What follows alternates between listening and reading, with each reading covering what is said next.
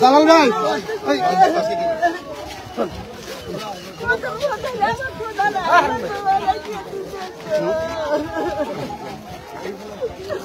রে আমাকে বুঝে নেবেন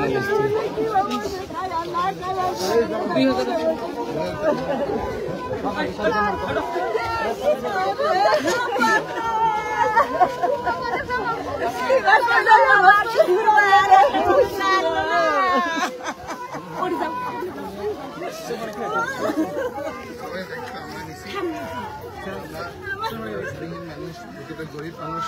তার দায়িত্ব আমার কংগ্রেস পার্টি আমি নিছি আমার সব করে দেব এখন একটা অবস্থা হয়েছে এরকম আর কিছু কথা করা যায় না আমি আইলাম আমি আশাটাই বলতে চাই না সব আমাকে বাধা দিচ্ছে পুলিশ আমরা আইছি যতটুকু পারি আমি সহায় করবো আজকেও আমাকে খাওয়া দাওয়ার জন্য আমি অমিতাকে পেয়ে গেছি বাকি মানুষ আছে সব জোগাড় করে দেবো আপনাকে কিছু ঠিকানা দিব এখানে থাকেন ত্রিপাল তো পাইছেন আপনারা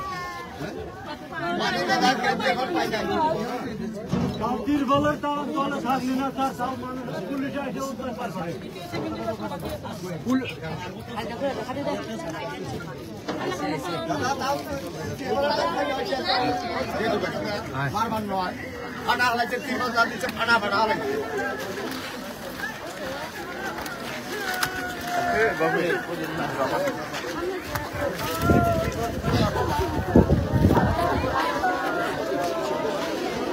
সবাই সাইডে থাকো সবাই সাইডে থাকো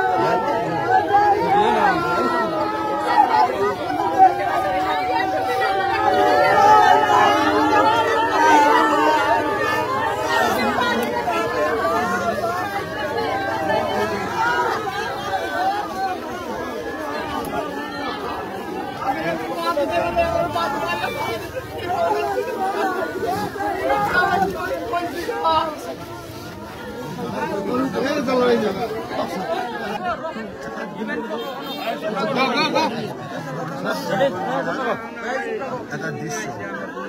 গরিব দুখীয়া লোকসকলক এনেকৈ নিথৰুৱা কৰিছে সৰু সৰু বাচ্চাবিলাকক এনেকৈ নিথৰুৱা কৰিছে ইয়াত আহিলে আপোনালোকে গম পাব আজি মই ইয়াত আহিছোঁ যেন একেবাৰে যুদ্ধ চলি আছে পুলিচ বাহিনীয়ে মোক আহিব দিয়া নাই ইয়াৰ ভিতৰলৈ মোক আহিব দিয়া নাই মানুহখিনিক দেখা কৰিবলৈ মোক দিয়া নাই এনেকুৱা এটা কৰিছে যে টেটু চাপি গোটেই মানুহখিনিক মাৰি পেলাব মানুহখিনিৰ অৱস্থা চাচোন কি হাহাকাৰ লাগিছে আজি আপোনালোকে পানী এটুপো দিয়া নাই পানী আনিব পানীখিনি আপোনালোকে বাধা দিছে গতিকে এই কথা বতৰাবিলাক অতি বেয়া হৈছে মুখ্যমন্ত্ৰী ডাঙৰীয়া অকণমান আপুনি এই কথাবিলাক আপোনালোকে চাওক আজি ইয়াত যুগ যুগ ধৰি মানুহসকল আছে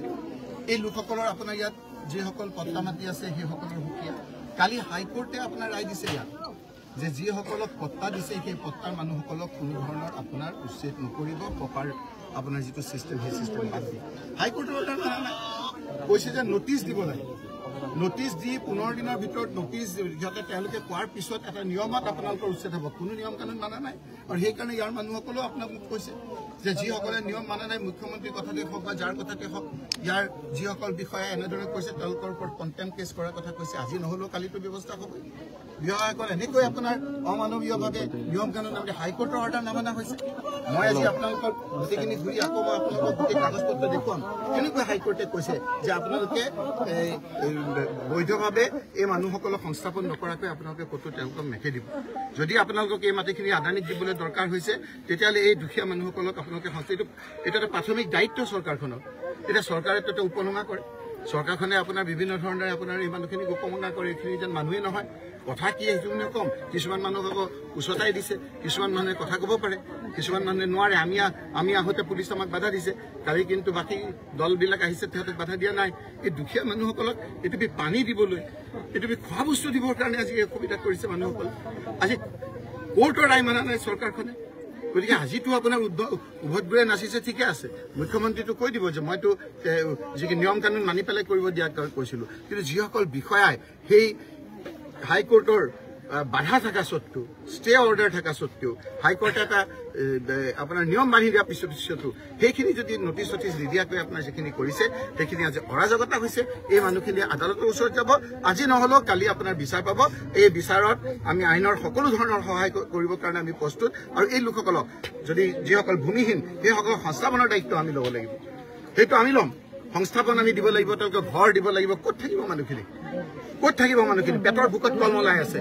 সেইকাৰণে আমি ইয়াত আহিছো মোক আজি আহিবলৈ দিয়া নাই আগবাটতে মোক কৈছে ইয়াতে যাবগৈ লাগে আৰে মই ইয়াত মানুহ আকৌ বিভিন্ন ক্ষেত্ৰত আপোনাৰ যিসকলে তেওঁৰ কথা মতে চলা বিভাগ কৰে সেইসকলে আকৌ আপোনাৰ যেন আমিহে গভৰ্ণমেণ্ট আমি গভৰ্ণমেণ্ট নহয় গভৰ্ণমেণ্ট আজি বেলেগ গভৰ্ণমেণ্টেহে ভাঙিছে সেই গভৰ্ণমেণ্টে ভাঙা মানুহখিনিক তেওঁলোকৰ পক্ষ লৈছে কোনে লৈছে কি নাই আজি মই সেইখিনি কথা ক'ব খোজা নাই সেইকাৰণে মই কৈছো যে দুখীয়া মানুহসকলৰ অকণমান কান্দোনটো যি হওক মানুহ আমিতো দানৱ নহয় মুখ্যমন্ত্ৰী ডাঙৰীয়া অকণমান আপুনি চাওক মানুহখিনি কি অৱস্থা হৈছে নিথৰুৱা হৈছে এনেকৈ নাখাই নগৈ মৰিব সেইকাৰণে আমি কৈছো যে অলপ পানী দিবলৈ আমাক দিয়ক আমি অকণমান আপোনাৰ অন্ন দিবলৈ দিয়ক খাবৰ কাৰণে আমাক অলপ সুবিধা দিয়ক বাকী কথাখিনি গোটেই অঞ্চলটো চোৱাৰ পিছত আপোনালোকৰ গোটেই কাগজ পত্ৰ সৈতে মানুহখিনি নিশ্চয়কৈ আমি ন্যায়ৰ কাৰণে আমি চেষ্টা কৰিম আৰু আমাৰ চৰকাৰ আহিলে মই কথা দিছোঁ যিসকল আজি কাৰ্বি আংলঙত গৈছো তাতে 40,000 ট্ৰাইবেল মানুহৰ গতিকে এই মানুহখিনি সংস্থাপন দিয়া চৰকাৰৰ প্ৰাৰম্ভিক দায়িত্ব সেইখিনি আমি দায়িত্ব লৈছোঁ আমি ভূমিহীন লোকসকলক মাটি আৰু ঘৰ বনাই দিয়াৰ লগতে সংস্থাপন দিয়াৰ কথা আমাৰ দায়িত্ব ছাৰ ভূমিহীন